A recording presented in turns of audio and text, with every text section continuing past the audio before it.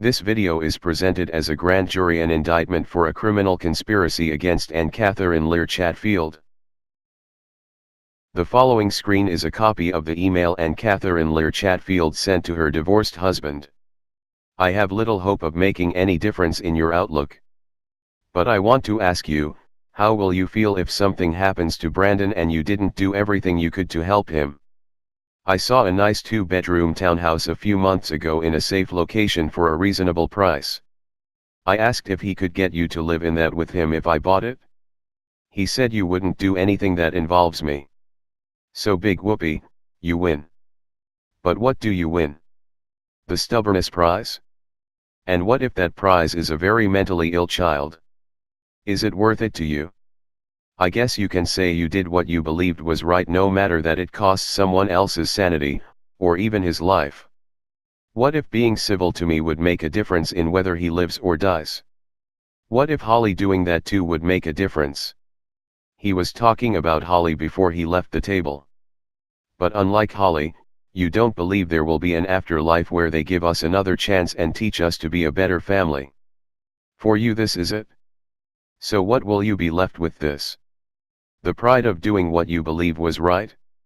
What hurts Brandon is to see the difference in our living situations. I am here in a 2-bedroom condo and you are in a small room in the worst part of town, and asking me for the money every day for that. He really believes you didn't get anything from the divorce. I tell him you got $200,000 plus and before that I paid of over $100,000 of your debt and he doesn't believe that. He doesn't understand how you could spend that much money in such a short time without maybe buying a house or a car. He thinks you paid your attorney. I know different. But there is no way I can convince him and no way to convince Holly. So you win again. But look at the prize you are winning in this game of yours.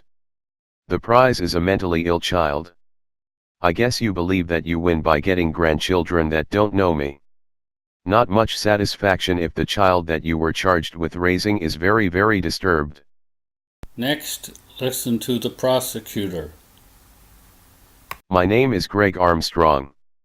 I am the prosecutor and I will now be giving you my statement on this case. The defendant's name is Anne Catherine Lear Chatfield. The prosecution is seeking to obtain a conviction against her for criminal bribery regarding her son's death.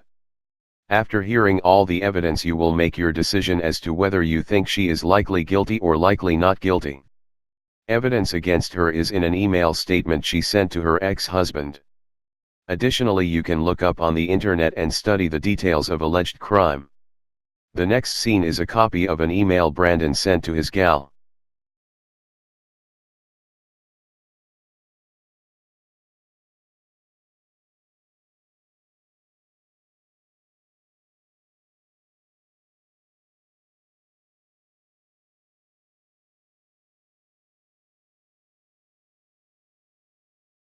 In the email you just read, Brandon said he felt like committing suicide because of his mother. In this next scene, you can see an eyewitness report.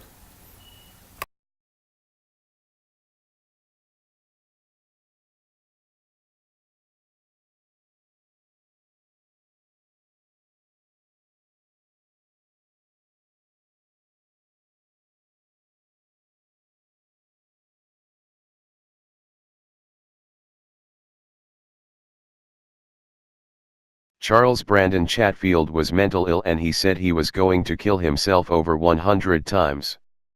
But his mother never once called 911 for him. Additionally, Judge Lucinda Masterton admonished me for calling 911 for him. The night he died he called his mother telling her was sick and needed to see the doctor. She made him wait till the next day.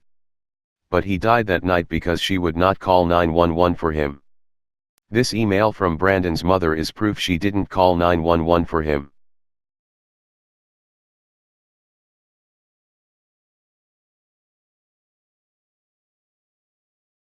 Brandon's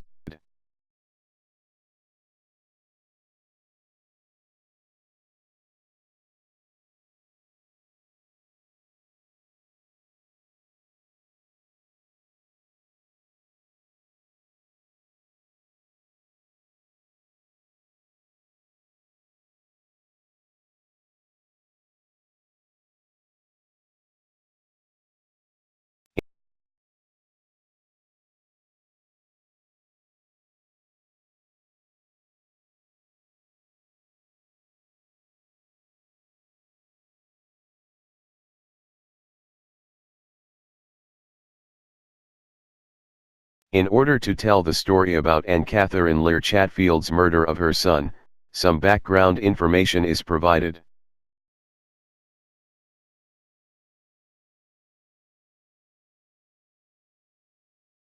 The next screens will reveal how Anne Catherine Lear Chatfield manufactured criminal conspiracies in divorce designed to bring harm to her spouse and her children.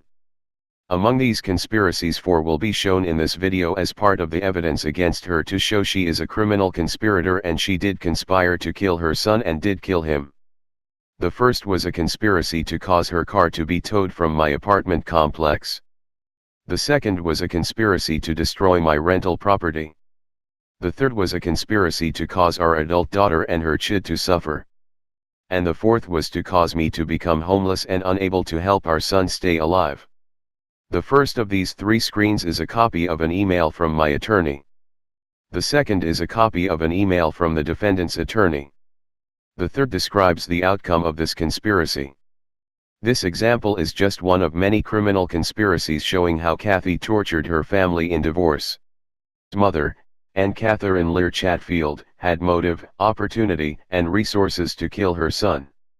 Number 1. She would and did get $50,000 from a life insurance policy she got for him. Number 2, she got another $40,000 from an insurance car accident settlement which would have gone to her son if he lived. And number 3, she got rid of him to avoid any further responsibility to help him. There was a fourth motive.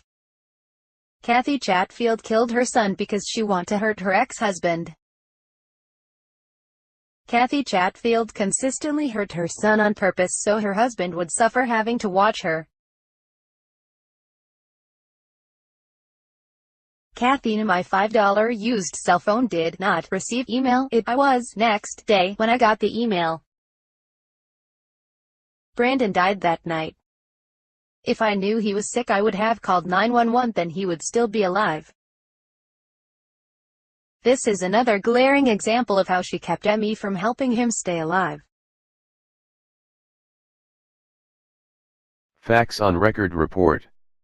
To assure that she could kill her son, she arranged to keep me from being able to helping him. He desperately needed Suboxone protection from opiate addiction and he needed food and housing at the time of his death. She denied him all available help that would have saved his life. Out of over $1 million in our marital estate, I ended up with less than nothing. Kathy arranged with the sadist judge for me to only receive taxable assets because she knew I owed all of the amount I did receive and more to pay back debts I incurred during our divorce, which included over $80,000 in costs to maintain living quarters for our son. I had to pay all of that myself and all I could earn because Kathy arranged with the sadist judge not to pay a penny for child support even though she was a millionaire. And her family would not help either. Additionally, my attorney bills, accounting expenses, and related debt exceeded $200,000. Plus taxe bills resultant of having to cash in retirement assets to pay bills was over $85,000. I only received 22% of the marital estate. So I was in the red/in the hole and left to die on the street. Kathy's brother was chairman of the board of the law firm that punished Brandon and I. 6 months before the case was concluded, I was homeless, living in a closet in a building that Kathy caused to be condemned at 185 East Maxwell in Lexington, Kentucky. After the condemnation, I was living on the street until my brother let me live in his warehouse where I slept on the concrete floor. All that I say is on record in the sealed case files. The case was sealed so they could torture and punish me and Brandon and my daughter, and no one would ever know about it that way. And Catherine Lear Chatfield did manufacture a criminal conspiracy to kill her son. There is proof she did. This screen is example number 2 showing how Anne Catherine Lear Chatfield engaged in a criminal conspiracy committing bank fraud. Next is the presentation of criminal conspiracy example number 3. In this conspiracy, she designed a conspiracy to cause our adult daughter to experience premature childbirth, sending them to the ER where they stayed for 2 weeks. And Catherine Lear Chatfield, in collusion with the sadist judge, mastered and ordered me to go to my daughter's house to retrieve Kathy's car, which was being driven by her husband. They had previously returned a loaned car a few years back to Kathy without ever being asked. And so there was no need to hassle my daughter. In fact, emails prove they already planned to return Kathy's car. But Kathy had her sadist urge to hassle her daughter, so she got a court order ordering me to retrieve the car. It was all unnecessary. If Kathy wanted the car returned earlier, she could have arranged that without a court order. She could even have had it towed. The cost of this action aside from human suffering was over $4,000. I complained about the judge doing this. I filed a notarized statement expressing my opinion that the judge and Kathy were liable for endangerment. No, I wish I would have filed that with the authorities. The judge blamed my attorney and sanctioned him, and the sanction was dependent upon Kathy's being satisfied by my attorney complying with her demands, not mine. My attorney quit helping me after that, telling me he could not afford to make my wife mad at him. This fourth criminal conspiracy example, there are dozens of them, developed by Ann Catherine Lear Chatfield, was designed to cause me to exit the divorce as a street person and unable to pay for my life insurance policy and unable to support our son Brandon. Out of over $1 million, I ended up in the red. 6 months before the final hearing, I was already without a home or apartment. Judge Masterton bragged about how she tortured me and took everything I had. That is a fact. That is on the record. The facts have been published on videos I prepared from actual court records, so it is not disputable. The next 3 screens present the prosecutor's summary of evidence and provides video and website evidence.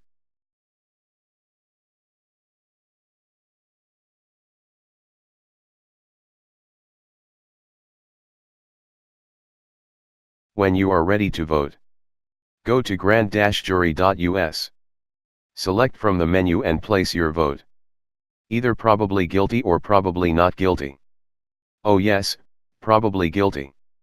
Oh no, probably not guilty.